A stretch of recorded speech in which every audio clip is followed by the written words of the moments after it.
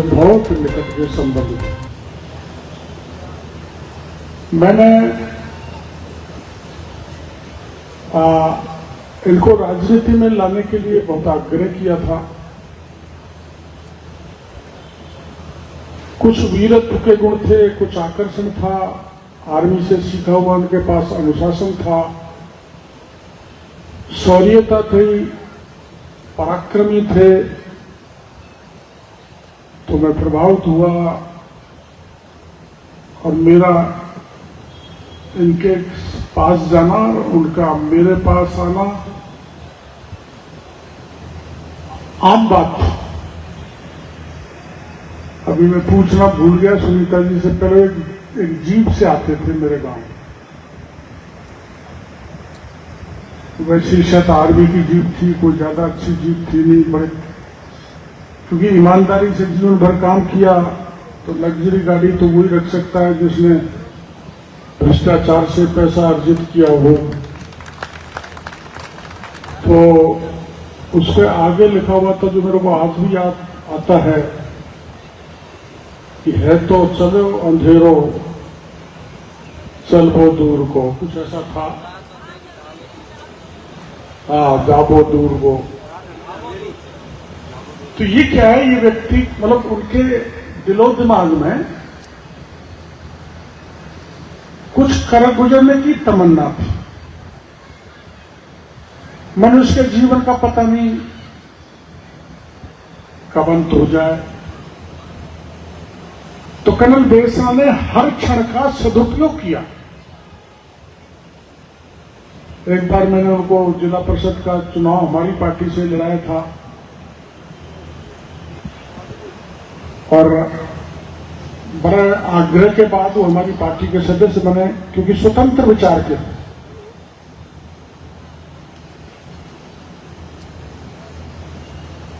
और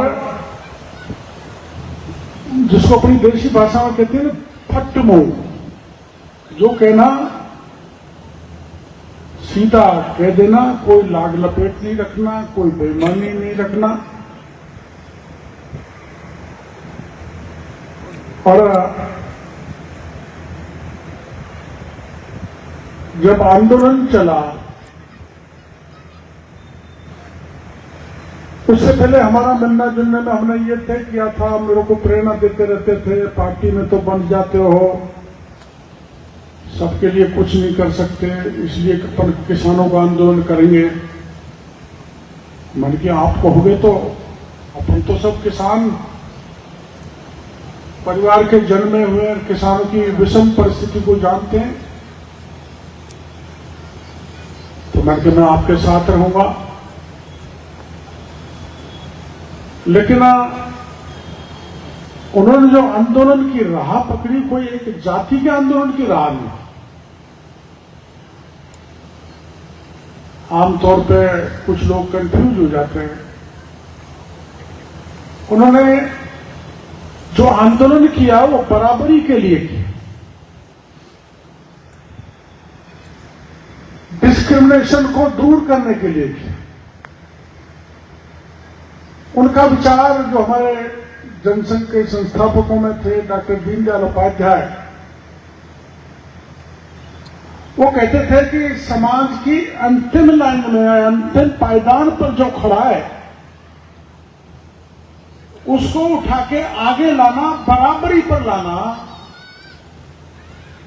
जिस विचारधारा पर, जिस सिद्धांत पर मोदी जी चल रहे हैं, वो विचार कर्नल बेसरा का था कि जो पिछड़ गया है उसको आगे लाके बराबरी पे लाकर खड़ा करना। अब उनके दिमाग में ये बात आई कि जो गुर्जर समाज है,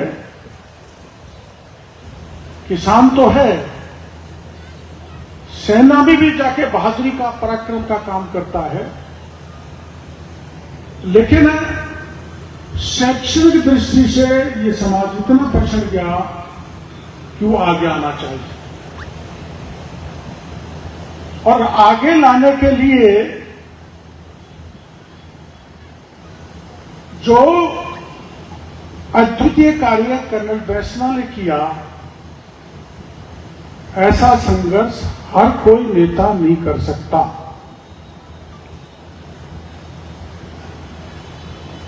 चाहे तेज धूप हो, चाहे कठिन रास्ते हो, चाहे कड़ाके की ठंड हो, चाहे तूफान हो, चाहे बरसात हो,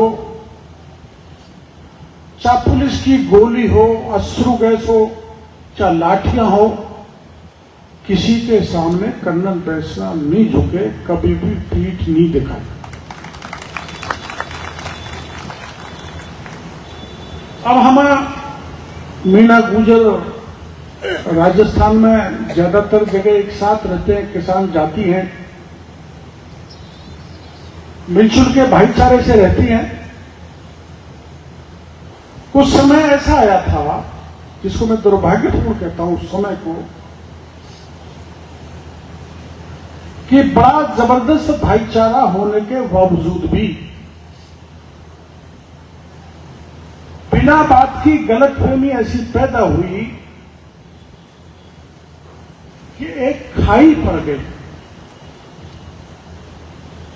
हमारे वहां बांदीपुर के कुछ कार्यकर्ता मेरे को दिख रहे हैं। हमारे वहां 11 गांव मीणों के हैं,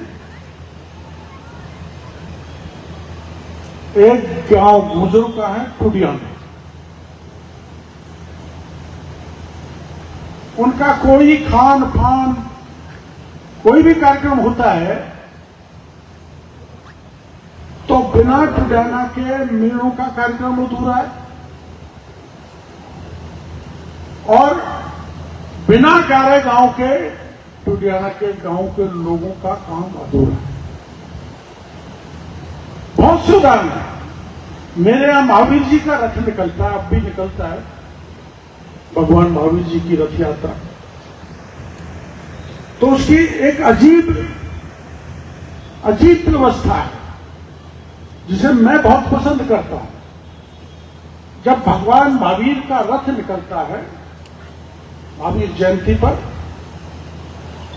तो उसकी पूजा दलित भाई करता है। वो रथ के हाथ लगाता है, रथ पर प्रशासक बैठता है आरएस, और रथ को जो गंभीर नदी तक ले जाते हैं वो मीणा ले जाते हैं। और वही रथ जब वापस मंदिर में आता है तो गुर्जर भाई लेके आते हैं। कितना बड़ा कॉम्बिनेशन सामाजिक और धार्मिक दृष्टि से है। मैं एक डांके गांव का नाम भूल रहा हूं, वहां मीणा गुर्जरों में समाज में बड़ी दोस्ती है। चाहे कितना ही संघर्ष आपस में हो गया हो, लेकिन कई गांव ऐसे थे जिनके संबंध कतई नहीं बिगड़े। तो वहां भैंस चराते हैं, आमतौर पर पशुपालक है। तो वहां के गांव के ठाकुर के पास वो मीणा लड़का था जो पशु चराता था। वो उसके पास पहुंचा, उसने कहा साहब मेरी डॉक्टर साहब से बात करा दो। तो उसने मेरी बात कराई ठाकुर बाबा ने, और उस मीणा जो पशु पालता था उसने ये कहा, मेरे को बाबा कहते हैं लोग, कि बाबा मेरा मित्र है गुर्जर जो भैंस चराता है और मैं भी भैंस चराता हूं, दोनों साथ साथ चराते हैं, साथ साथ गीत गाते हैं, साथ साथ खाते पीते हैं, उठते बैठते हैं, बड़ी मित्रता है। तो वो ये कह रहा है मैं आंदोलन में जाना चाहता हूं 7 दिन, मेरी भैंसों को तू चला सकता है क्या?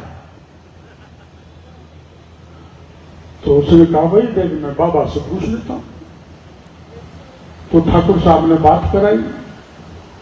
तो कहा बेटा, मैंने कहा मैं खूब भैंस चराओ, अपना प्रेम भाव भाईचारा बना रहना चाहिए, कतई खत्म नहीं होना चाहिए। जितने दिन 7 दिन की जगह और 17 दिन भी आंदोलन में जाए तो उसको कह दे तू निश्चित जा। अब कितना बड़ा प्यार आपस में था जो बना रहा। और अब तो स्वाभाविक है, कोई घाव हुआ तो मिट गया, भगवान ने समय के हिसाब से जो दूरी बनी वो नजदीकियों में बदल गई। और एक बार कर्नल बैंसला अपने मूडिया गांव से ही यात्रा लेके निकले थे आरक्षण, तो मेरा गांव रास्ते में पड़ता है, तो मेरी मां थी वहां गांव में, हमारा गांव सड़क पे, आप लोगों ने देखा होगा। तो मेरी मां ने मेरे से पूछा, बेटा कर्नल साहब यहां से निकल रहे, तू कह दे तो मैं उसका स्वागत कर दूं। देखो शक शंकाएं कितनी पैदा हो जाती है। मैंने मेरी मां से कहा कि बात बड़ा आप दिमाग अनपढ़ हो, लेकिन कितना अच्छा दिमाग उसने लगाया। घर के पास से कर्नल बैंसला जैसा व्यक्तित्व धनी निकल रहा है, और हमारे गांव वालों को इस बात का गर्व था कि भाई सब जगह हमारे गांव में, बगल में बड़ा गांव गुजरों का है, 1.5 लाख गुजरों का है, हिंडों से लेकर मेरे गांव से तक सब गांव गुजरों के। तो मेरी मां वहां ही आरती उतारी, मिठाई खिलाई, स्वागत किया। कर्नल बैंसला उससे बड़े